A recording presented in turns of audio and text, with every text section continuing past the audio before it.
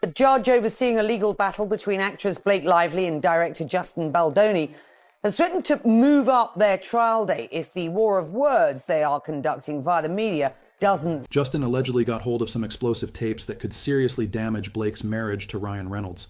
Sources claim these tapes contain heavy secrets about Blake and Justin's messy connection, the kind that could send shockwaves straight through Hollywood. So what's actually happening behind closed doors? Is this just hype for attention, or is Justin ready to drop a truth bomb that changes everything? Now let's get into the wild part.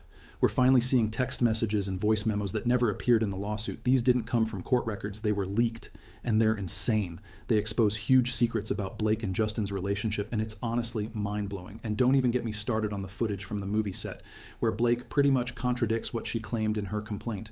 All of this is being saved for trial, and to be real, Blake could be heading down the same path as Amber Heard, but it gets even crazier. Allegedly, Blake used Taylor Swift and Ryan to pressure Justin and Sony Pictures, threatening that if the movie wasn't handed over to her, she'd use all her celebrity influence and pull her support.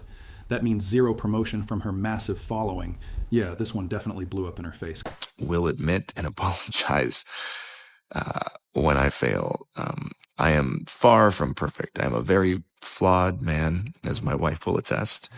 And and I'm going to fuck up. I'm going to say the wrong thing. I'm going to put my foot in my mouth. I'm going to piss you off, probably, but I will always apologize and find my way back to center. All right, here's the full breakdown. Colleen Hoover, the author of the book, sold the movie rights to Justin back in 2019, and she was actually the one who suggested he play Ryle. On top of that, they were friends, and Colleen was deeply involved in the script, even promoting the film alongside Justin. Then the alleged harassment claims surfaced, and yeah, things got awkward fast. Now here's where it gets spicy. After Blake filed her lawsuit, Colleen jumped on Instagram to publicly support her, but hold on, this happened after the interview you just saw. Things really went off the rails when Blake wasn't allowed to edit the movie the way she wanted. That's when she basically said, if it's not my way, I'm not promoting it. But listen, I think the real reason is finally clear. Why all this chaos? Why push Justin out? Here's the tea. Justin constantly praised Blake's talent, hyped her up in interviews, and promoted the film with her. Honestly, that's impressive given everything that went down. But here's the twist. Blake completely shut him out, took control of the movie, edited it, marketed it, and even turned Colleen against him. And through all of this, Justin never complained or said a single bad word publicly. Meanwhile, Blake never had anything positive to say about him, even though texts show she repeatedly thanked him and praised his work. She even let him make key decisions early on. So much for all that love. Blake made a huge deal about Justin being inappropriate during intimacy scenes, but here's the truth. She had significant control over those scenes, and whenever she had a chance to praise Justin's work, she avoided it and redirected the conversation. Let's be real, Blake knows how to play the game, and she played it well.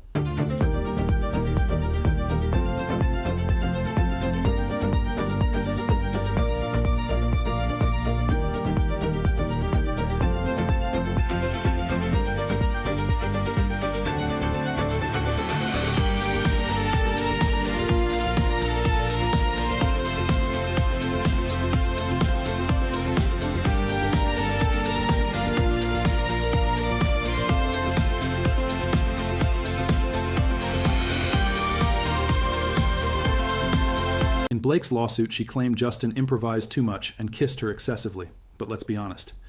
There were only 2 kissing scenes before production paused. Then when Blake returned, suddenly there were new demands everywhere. On top of that, she refused to meet with the intimacy coordinator before filming even started, while Justin did. Yeah, that's more than a little suspicious. You were even the intimacy coordinator in some of your scenes, like we saw you. That shouldn't be happening, by the way. I just want to be clear that you should not be the intimacy coordinator. You should definitely hire intimacy coordinators, which we did have. Well, thank goodness. You were teaching Justin how to pull you in. Where have you seen this? That I clip? actually just saw it too. It was on Instagram yesterday, I think. Yeah, I mean, I think that, like, you know, romance is really important. You're supposed to, you know, tell a story well and make people feel, but you're also supposed to do it in a way that is like safe and respectful for all. So yeah, I guess that's the role of intimacy coordination. But yeah, when I think of my involvement in the film, I don't really see that as the thing that I. This could explain why Colleen ultimately sided with Blake. She was brought in to help finish the film after Blake took over the editing room. But that's not the only reason. If Colleen truly believed Justin's script was that strong, why was Blake constantly changing it during filming? None of this lines up. And trust me, We'll break down how Blake and Ryan have been subtly trolling Justin for a while now. Plus, everything we've seen so far seriously weakens Blake's harassment claims during production. In her lawsuit, Blake said Justin improvised too much and kissed her more than necessary. But again, there were only 2 kissing scenes before the break. When filming resumed, that's when the new demands appeared. And remember, she refused to meet the intimacy coordinator beforehand, even though Justin followed every protocol. That's a major red flag. This also helps explain why Colleen turned on Justin. Blake pulled strings and brought Colleen into the editing process after taking the film from him. But that's still not the full story. There's more, and we'll get to it. Here's where it gets even crazier. Colleen had previously praised Justin's original script, calling it amazing. So why was Blake suddenly rewriting lines on set? Something doesn't add up. And those harassment claims? They fall apart when you look at the evidence. Justin's team has documented everything. Final scoop. After all the drama, Justin cast Isabella Ferrer as young Lily. But plot twist, that decision wasn't really his. It was Taylor Swift who convinced Blake that Isabella was perfect for the role. We are just such similar people already that I actually didn't feel like I had to do that much to tap into those mannerisms. I'm moving to Capri, and Isabella's going to take over my whole life Yeah. now. Because I realize I can just Peace, and no one will notice. Yeah. It's amazing. It'll just be me from She's now inherited on. 4 Yeah. children, an amazing husband. It's So going to be great. Even though Justin was the one who spotted Isabella's talent, cast her, and pitched her to Blake and Taylor Swift, his role in that decision was basically brushed aside. Now let's talk about how Justin hyped Isabella up. He constantly praised her acting, and the texts show Isabella thanked him privately, but publicly, total silence. Then the premiere happened, and Isabella suddenly went full Team Blake, even though she never worked with Blake on set. She only worked with Justin, yet Blake still managed to pull her in. Blake wasn't playing around either. She styled Isabella, took her to premieres, and even brought her around Ryan Reynolds on the Deadpool and Wolverine sets. Blake was clearly working overtime to bring Isabella into her inner circle. By this point, Isabella was basically ghosting Justin, and it wasn't hard to see why. Blake and Colleen were calling the shots. And if there's a sequel, Isabella's chances of landing a role look pretty solid. Blake knows how to move behind the scenes and keep everyone loyal. Total strategist vibes. But wait, it gets messier. Blake and Ryan were deeply involved in shaping the movie, rewriting lines daily, something most actors never get to do. Blake even played the underdog card with Justin, telling him how other directors had held her creativity back. Feeling bad, Justin let her rewrite a major rooftop scene. Blake made sure to mention that Ryan and Taylor loved her changes, adding even more pressure for Justin to agree. At this point, with Blake and Colleen in control, Isabella's future in a sequel looked locked in. Blake knows how to build alliances. And Justin? He kind of got played. Justin bent over backwards to keep Blake happy during production, but she was working him from the start. It began with that rooftop scene.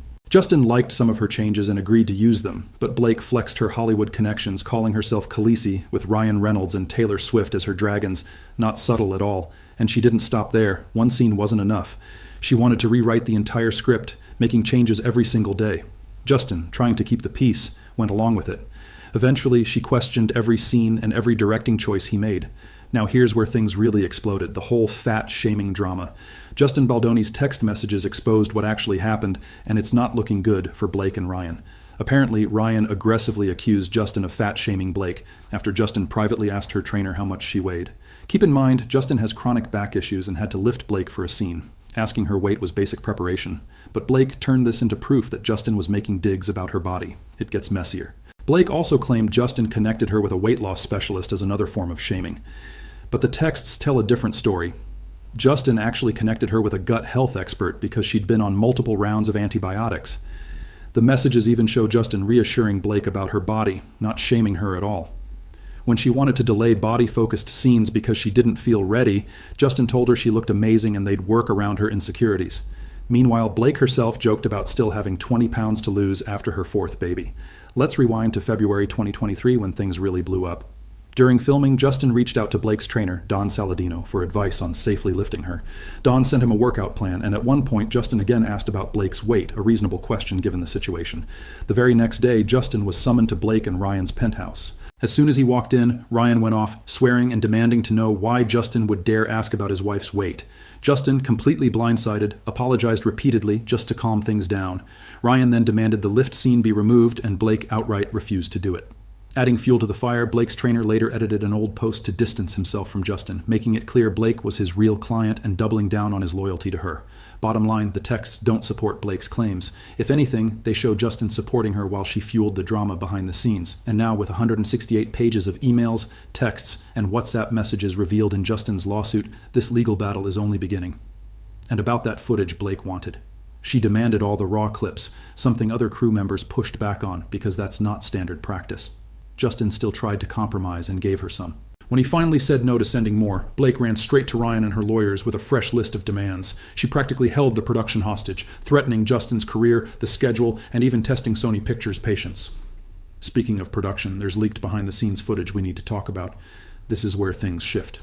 That footage directly contradicts Blake's harassment claims. She accused Justin of acting inappropriately, sniffing her and kissing her neck, but the raw clips tell another story. They show both of them staying in character and joking between takes to build chemistry. At one point, Blake was the one suggesting more interaction to make the scene feel romantic. Honestly, it's starting to feel like another Amber Heard moment. Blake played the victim, twisted events, and used her influence to get what she wanted, while making Justin look like the villain. But the receipts don't really support her version. The original scene didn't even have dialogue. It was just a romantic gesture. Blake suggested adding lines to make it more intimate. Justin agreed, and they filmed both versions.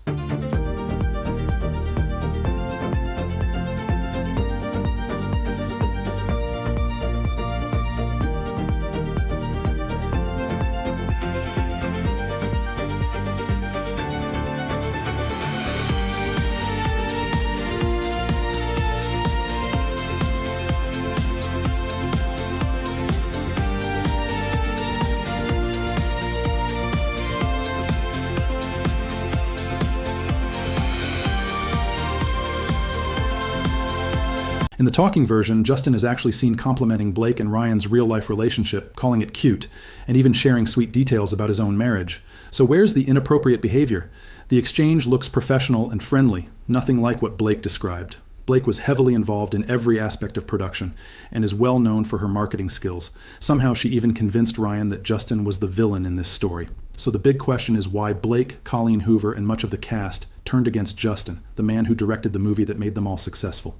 The simplest answer, power and sequels. The follow-up to It Ends With Us, called It Starts With Us, is already in development. While Justin owns the rights, Blake has shown interest in directing it. Justin even supported the idea, calling her a powerhouse. But it looks like Blake had other plans. She pulled Ryan, Taylor, and others to her side, and naturally the cast and writer loyal to her distanced themselves from Justin. Here's the catch, though. Justin still controls the sequel rights. The only way Blake could take over is if Justin stepped aside willingly, or if a morality clause in his contract with Sony or Colleen Hoover was triggered. If Justin were found guilty of harassment or reputational harm, the rights could revert, allowing Blake to step in as director while Colleen still profits. Given how massive the first movie was, it's a smart play, and the drama doesn't stop there. Reports claim that back in September, before any legal action, Ryan Reynolds tried to buy Justin out of the sequel rights, allegedly offering millions. Justin turned it down, likely because of how Blake and Ryan treated him during negotiations. Sources say when Justin met them at their penthouse to discuss the sequel, things went south fast, completely backfiring on their attempt to persuade him. So when you think about it, Blake filing a harassment lawsuit may have been a last-ditch effort to force Justin out and secure the director's chair. According to Justin, this whole situation is heartbreaking. He remembers Blake comforting him during a difficult meeting with Sony over wardrobe and casting backlash. She reassured him, praising his talent as both an actor and director. He genuinely believed they were on the same side. To see her turn on him like this is shocking.